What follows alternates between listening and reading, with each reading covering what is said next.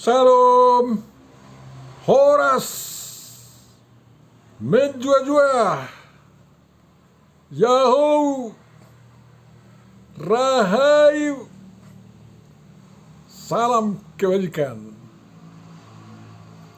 Selamat bertemu Bapak Ibu saudaraku yang terkasih dalam channel Langsung Sitorus yang kita gunakan sekarang untuk menafsirkan, memahami apa yang menjadi epistel pada tanggal 9 Maret tahun 2025 ini, yang kita sebut juga Minggu Infokapit. Mudah-mudahan pertemuan kita diberkati Tuhan dan pemahaman kita, perenungan kita semakin memperkuat iman kita kepada Tuhan Yesus Kristus, Tuhan kita yang Maha Esa itu. Untuk memulai perenungan kita Bapak Ibu saudaraku yang terkasih, marilah kita terima penyertaan dari Tuhan kita dengan membaca Kolose 1 ayat 2b. Kasih karunia dan damai sejahtera dari Allah Bapa kita menyertai kamu. Amin. Firman yang akan kita renungkan sebagai epistel tanggal 9 Maret tahun 2025 ditentukan dari kitab Ester pasal 5 ayat 1 sampai 8. Mari kita baca. Pada hari yang ketiga, Ester mengenakan pakaian ratu, lalu berdirilah dia di pelataran dalam istana raja, tepat di depan istana raja. Raja bersemayam di atas tahta kerajaan di dalam istana, berhadapan dengan pintu istana itu. Ketika raja melihat Ester sang ratu berdiri di pelataran, berkenanlah raja kepadanya, sehingga raja mengulurkan tongkat emas yang di tangannya ke arah Ester. Lalu mendekatlah Ester dan menyentuh ujung tongkat itu. Tanya raja kepadanya,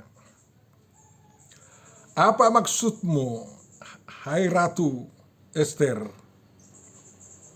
Dan apa keinginanmu? Sampai setengah kerajaan sekalipun aku diberikan kepadamu." Jawab Ester, "Jikalau baik pada pemandangan raja, datanglah kiranya raja dengan Haman pada hari ini ke perjamuan yang diadakan oleh hamba bagi raja." Maka titah raja, "Suruhlah Haman datang dengan segera, supaya kami memenuhi permintaan Ester." Lalu raja datang dengan Haman ke perjamuan yang diadakan oleh Ester. Sementara minum anggur, bertanyalah raja kepada Ester, "Apakah permintaanmu? Niscaya akan dikabulkan. Dan apakah keinginanmu? Sampai setengah kerajaan sekalipun akan dipenuhi." Maka jawab Ester, "Permintaan dan keinginan hamba ialah, jikalau hamba mendapat kasih raja, dan jikalau baik pada pemandangan raja mengabulkan permintaan serta memenuhi keinginan hamba, datang pula lah kiranya raja dengan Haman ke perjamuan yang akan hamba adakan bagi raja dan Haman. Maka besok akan hamba lakukan yang dikehendaki raja." Demikian firman yang akan kita renungkan Bapak Ibu saudaraku yang terkasih, yang dikasihi Tuhan.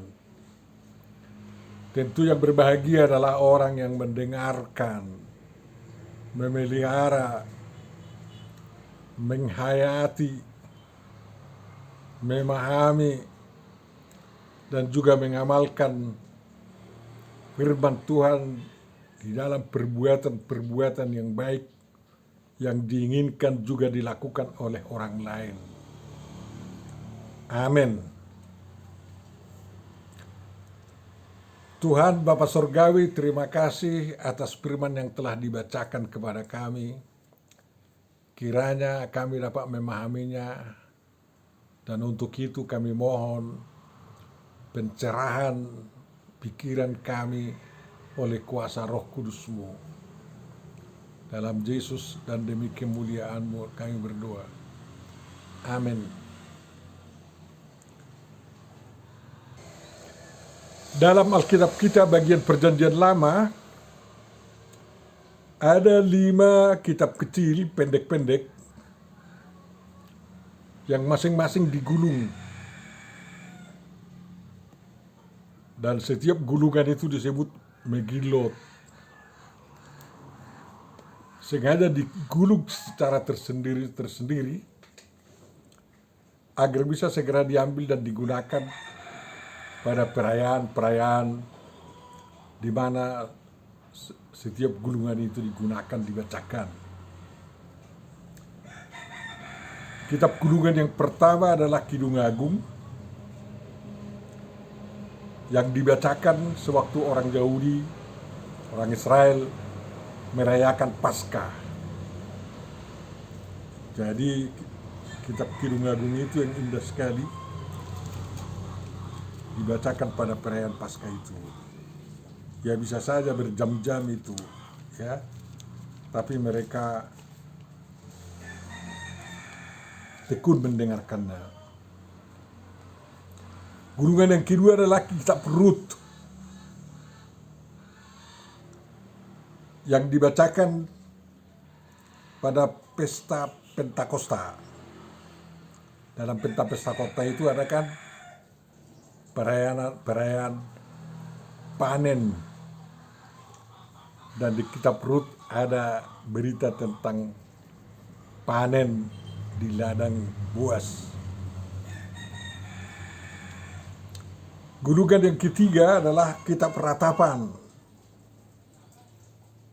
yang dibacakan pada tanggal 9 Ab atau bulan Ab dalam rangka mengenang hancurnya Kenisah atau Bait Suci di Yerusalem oleh Babilonia,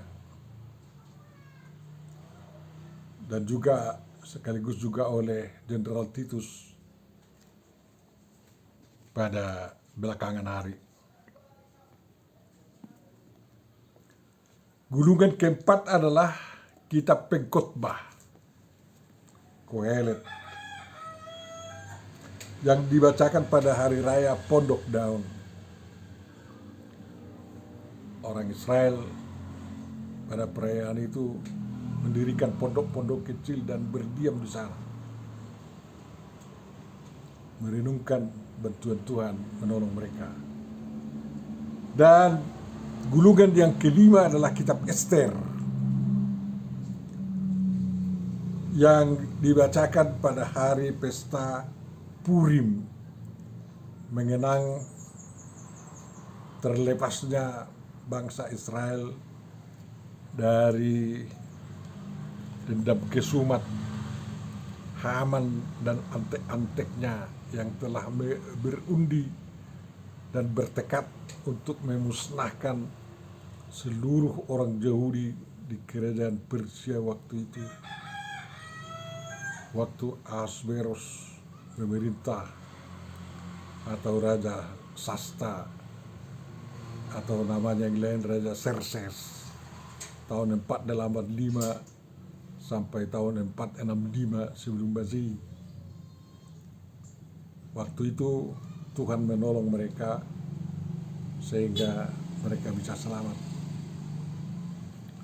melawan antisemitisme yang luar biasa itu. Itulah 5 kitab Megillot yang sangat banyak manfaatnya untuk kehidupan kemasyarakatan bangsa Yahudi.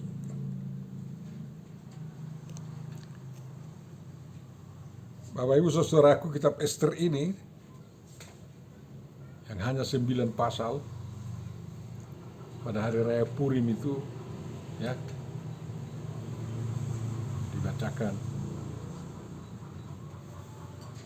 Sebenarnya di hari raya Purim orang Israel itu harus siap tempur. Ya, di zaman modern pernah orang diserang oleh anti Yahudi pada waktu Israel merayakan hari raya Purim dan mereka menang oleh bantuan Tuhan. Saya tidak perlu terangkan semua isinya kitab Ester ini, baca aja lah di rumah, enak sekali itu. Masih termasuk cerita pendek itu. Masih belum novel ya. Tapi enak, itu seorang perempuan ya. Tokoh utamanya seorang perempuan. Tokoh keduanya adalah seorang orang tua laki-laki namanya Mordekhai.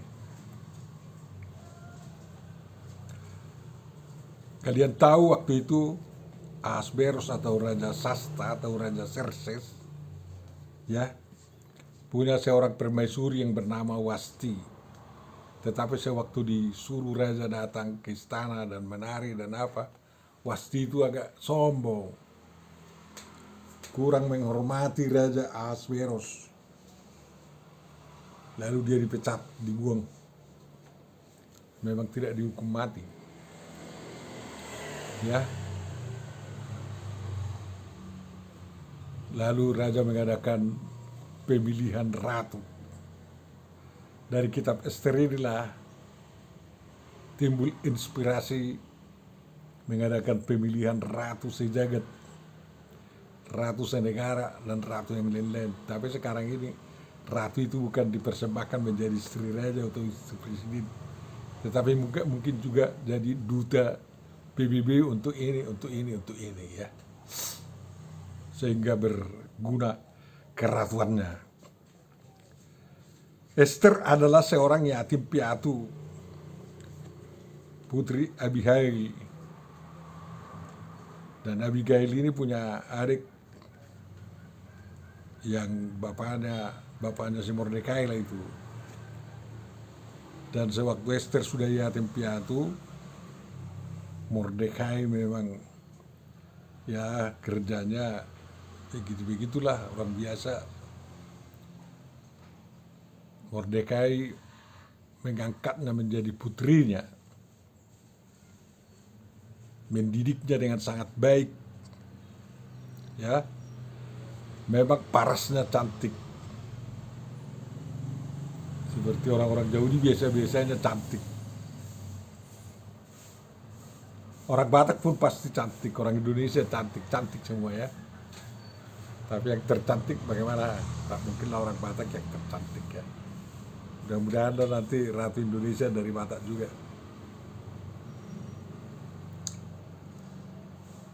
Lalu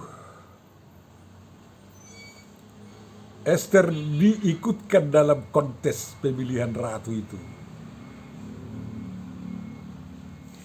Dia diurus oleh dayang-dayang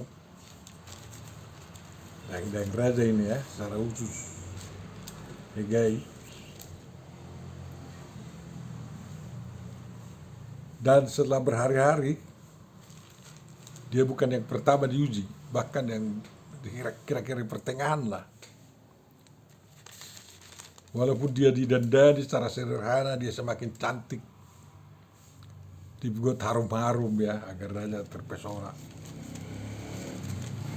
Tapi yang paling utama adalah sikapnya yang sangat rendah hati, sangat sopan, itu nampak dari pembawaan. Walaupun seorang cantik, kalau dia tidak sombong, nampak itu dari pembawaan. Jadi auranya itu nampak dari simpatik orang melihat. Demikianlah Ahasveros melihat Ester sewaktu tampil di depan, ya. Lalu terus ditangkap, diulurkan tongkat raja tanda menyukainya, dan kemudian dimasukkan di istana. Enaklah itu.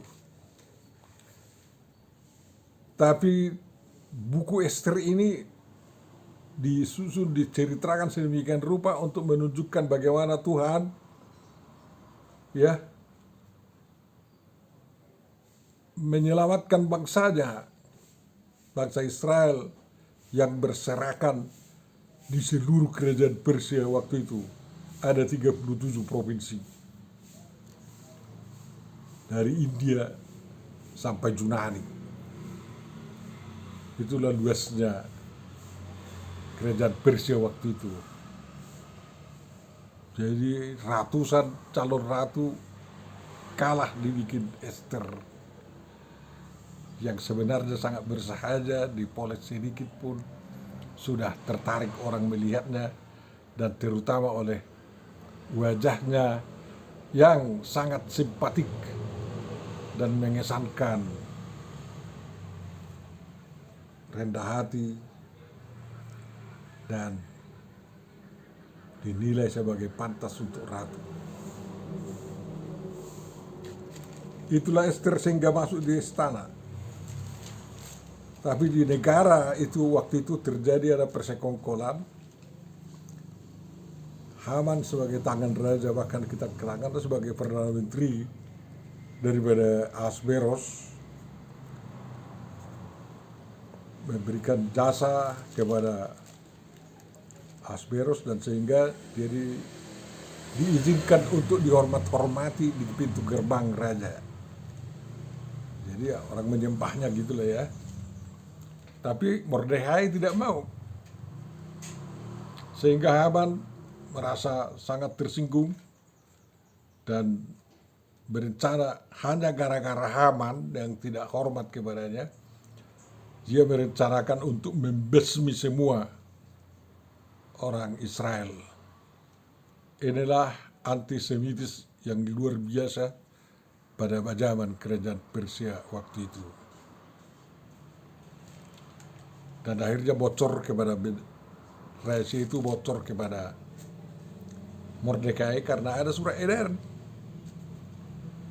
pada tanggal sekian orang Yahudi harus dibasmi di semua kota, di semua daerah kerajaan Persia, katanya. Luar biasa itu, lebih kejam daripada Hitler di belakangan hari. Tapi ya, di waktu itu rencana Haman itu terlaksana, Hitler terlaksana. Ada dalam 1,5 juta katanya orang Yahudi dibasmi. Entah kenapa lah ya, orang selalu benci melihat orang Israel ini, walaupun mereka banyak berjasa. Ya, Daniel berjasa membuat kerajaan Persia tegak dan mengalahkan Babilonia tanpa pertumpahan darah. Tapi belakangan ada seorang perdana menteri yang benci ya terhadap umat Israel. Demikian juga kira-kira demikian juga situasinya di waktu Yusuf, si pemberi arti mimpi yang sangat luar biasa itu, Yusuf bin Yakub, ya, bisa menjadi raja muda di Mesir dan menyelamatkan bangsa Mesir dari musim kelaparan selama 7 tahun karena kebijaksanaannya mengumpulkan hasil gandum selama 7 tahun masa kesuburan. Dan belakangan setelah Yusuf mati, ya, bangsa Israel dibenci oleh bangsa Mesir dan diperbudak. Lalu Tuhan bertindak membebaskan bangsa Israel melalui tangan hambanya Musa dan Harun. Kira-kira pengalaman sejajarlah waktu itu di kerajaan Persia di zaman Ester. Ya, setelah ketahuan persekongkolan mau membasmi bangsa Israel, Mordekai datang mendatangi Ester. Kau harus berbuat sesuatu agar bangsa kita tidak dimusnahkan, katanya. Ya tentu saja itu adalah tugas berat. Seorang perempuan yang lemah pantas mengatakan, mana bisa saya buat, katanya. Setelah dia dimarahi, hati-hati kau, mungkin kau ditunjuk Tuhan menjadi permaisuri hanya untuk menjawab tantangan hidup ini. Jadi jangan kau anggap kau bisa selamat kalau bangsamu dimusnahkan di sana, kau di istana aman. Kalau kau tidak mau, mungkin Tuhan juga mau mencari jalan untuk menyelamatkan. Tapi kau dipanggil untuk ini katanya. Akhirnya Esther mau. Suruhlah bangsa Israel berpuasa 3 hari 3 malam. Tanpa makan, tanpa minum. Mudah-mudahan aku bisa menjumpai raja tanpa diundang. Karena kalau tidak diundang, datang ke istana, siapapun orangnya itu dihukum mati. Walaupun istri itu, walaupun permaisuri yang paling disayangi. Kalau tanpa diundang datang, itu dihukum mati. Jadi itu yang ditakutkan oleh Esther, makanya diajak seluruh bangsa Israel di kota Pusan itu berdoa, berpuasa 3 hari 3 malam tanpa makan, tanpa minum. Doa itu luar biasa gunanya. Itu disaksikan dalam perjanjian baru. Doa sangat berguna, apalagi disampaikan dengan sungguh-sungguh. Makanya Tuhan Yesus juga mengajari kita berdoa. Ya. Bukan hanya doa ibadah, bukan. Tapi doa spontan juga kita diajari oleh Tuhan Yesus. Makanya kita selalu belajar berdoa kan. Bapak Ibu Saudara yang terkasih, ya, Tuhan juga menggerakkan hati Asberus untuk mengetahui tentang pengalaman hidupnya. Sehingga sewaktu dia tidak bisa tidur malam-malam, dia membuka catatan hariannya. Dan terdapat bahwa ada seorang yang pernah menyelamatkan nyawanya dari kudeta. Dan ternyata itu Mordekhai, tapi belum diberi penghargaan. Lalu sewaktu dia bertemu dengan Haman dan ditamu oleh Esther, raja bertanya, kira-kira apalah yang dibikin kepada seorang yang berjasa menyelamatkan nyawa raja, katanya. Dan Haman menganggap bahwa dirinya dia yang dimaksud, lalu dikatakan ya harus kuda raja itu harus ditunggangi, dilapisi dengan kain emas, jubah raja digunakan, cincin raja juga dikenakan sama dia, dan mahkota raja pun dikenakan sama, baru diarak di kota. Yang memegang tali kekang itu berseru-seru, beginilah raja berbuat seorang yang baik dan berjasa kepada raja, keliling kota, ya. Lalu raja mengatakan, ya Haman, lakukan itu kepada Mordekhai, katanya. Padahal Mordekhai adalah musuh Haman yang sangat dibencinya, kan. Tidak boleh ditolak, dilakukan dengan baik. Tapi Esther terus bersikap baik terhadap raja dan terhadap Haman. Datanglah lagi kalian ke rumahku untuk makan, katanya. Raja tertarik, ya. Dan caranya Esther untuk mengambil hati raja, dia pakai pakaian kebaya, pakai pakaian permaisuri, dan dia berjalan-jalan di pelataran istana. Dan sengaja agar dia bisa dia oleh raja. Baru raja terkejut, kok kayak ini permaisuriku, kayak mana ini. Baru tongkatnya diulurkan, pertanda diizinkan masuk. Kalau datang sendiri dia dihukum mati. Dan undangan itu sampaikan, dia makan bersama enak-enak lah, ya kan? Dibantu oleh para juru masak dari istana itu. Apa permintaanmu? Setengah pun kerajaan ini kuserahkan kepadamu, silakan aja, katanya. Datang lagi besok. Datang mereka, dan Haman sangat bangga menceritakan kepada istrinya bahwa dia sangat-sangat luar biasa disayangi oleh raja. Baru waktu makan itu, setelah habis makan, apa permintaan sebenarnya Esther, katanya? Tolong selamatkanlah saya dan bangsa saya. Baru terbuka Esther. Jadi di strategi rahasia dulu baru terbuka pada time atau waktu yang tepat. Apa rupanya? Ini Haman berencana menghancurkan bangsaku semua. Dan bahkan tiang gantung untuk Mordekhai yang baru saja beberapa hari yang lalu diarak itu. Ya. sudah dirikan tiang gantung di sana katanya. Haman terus terang di depan raja itu terkejut sekali lah. Karena marahnya raja keluar dari istana. Karena sudah semakin takutnya Haman, dia menyembah-nyembah di bawah kursi Ester, ya. Dan sewaktu raja melihat Haman kayak gitu bersikap seolah-olah mau menangkap Ester, lalu dituduh sebagai hendak memerkosa istrinya, dan itu yang memperdalam hukuman mati terhadap Haman, ya, karena dianggap mau menodai permaisuri raja. Haman digantung, dan memang sudah ada surat keluar, ya, dari raja agar bangsa Israel dimusnahkan. Itu akal-akalnya si Haman itu kan. Setelah Haman digantung, bagaimana itu mencabut? Tidak bisa. Kayak mana caranya?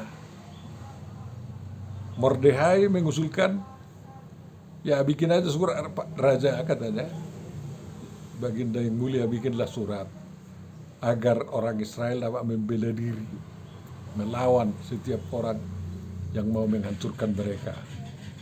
Ya itulah, jadi itu cara untuk menghabisi lawan juga.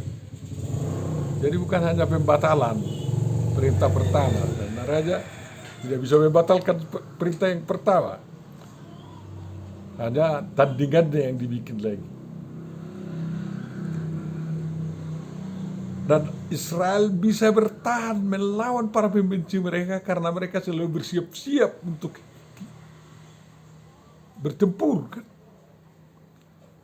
Jadi kalau memang himpunan bangsa Israel itu orang-orang lemah, ya, kalau datang pembenci mereka tidak bisa melawan, tidak bisa selamat mereka.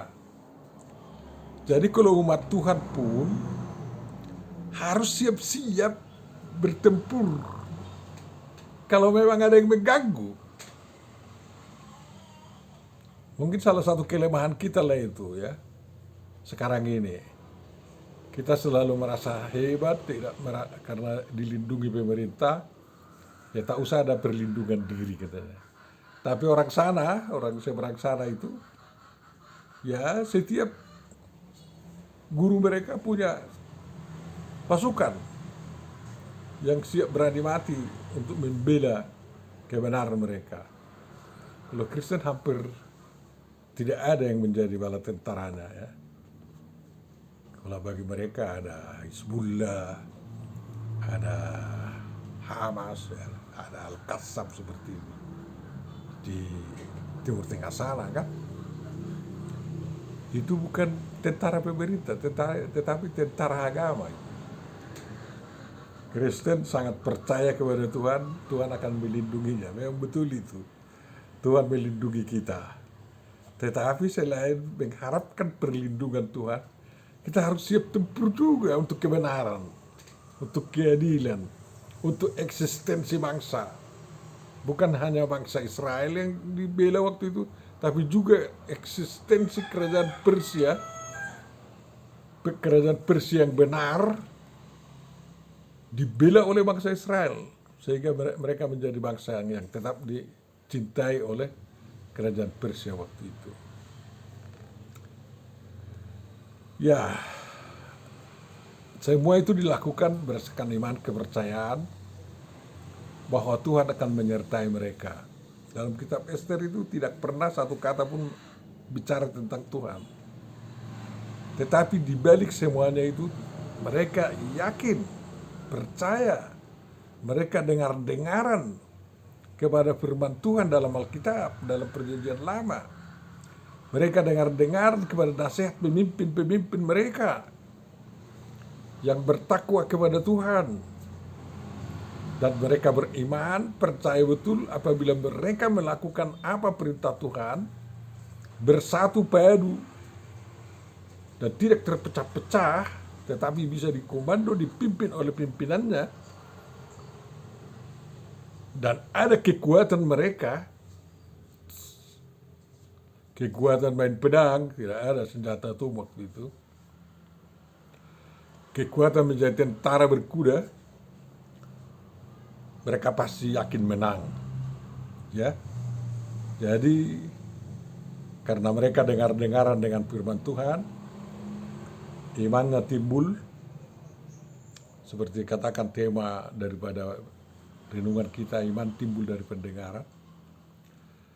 Dan setelah mereka dengar-dengar kepada firman Tuhan, nasihat para penatua mereka, pemimpin mereka seperti Mordekai, ya iman mereka semakin kuat dan persatuan mereka semakin kuat, tidak gontok-gontokan dan bersatu padu, sehingga pada hari yang ditentukan Haman mereka akan dimusnahkan, mereka berdiri tegap untuk melawan, dan akhirnya mereka menang. Hampir 100.000 anti-Yahudi, anti-Israel waktu itu mereka bunuh, dan tidak ada orang Israel yang berhasil dibunuh.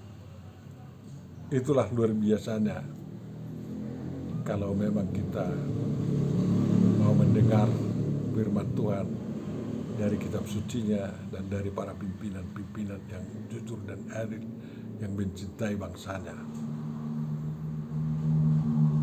Sampai sekarang itu juga menjadi pergumulan kita demi bangsa Indonesia, demi umat Kristiani, dan demi damai sejahtera bersama dengan agama-agama lain. Tuhan memberkati kita semua. Amin. Terima kasih Tuhan atas renungan yang sampai kepada kami. Mudah-mudahan itu menggerakkan kami untuk memperkuat persatuan kami, memperkuat kemampuan kami melawan musuh-musuhmu yang sekaligus juga musuh-musuh kami. Kiranya jalan untuk pemberitaan Injil semakin luas di negeri kami, dan keselamatan yang daripadamu dan damai sejahtera yang daripadamu disambut oleh semua pihak. Dalam Yesus Kristus, dengarkan dan kabulkan doa kami. Amin.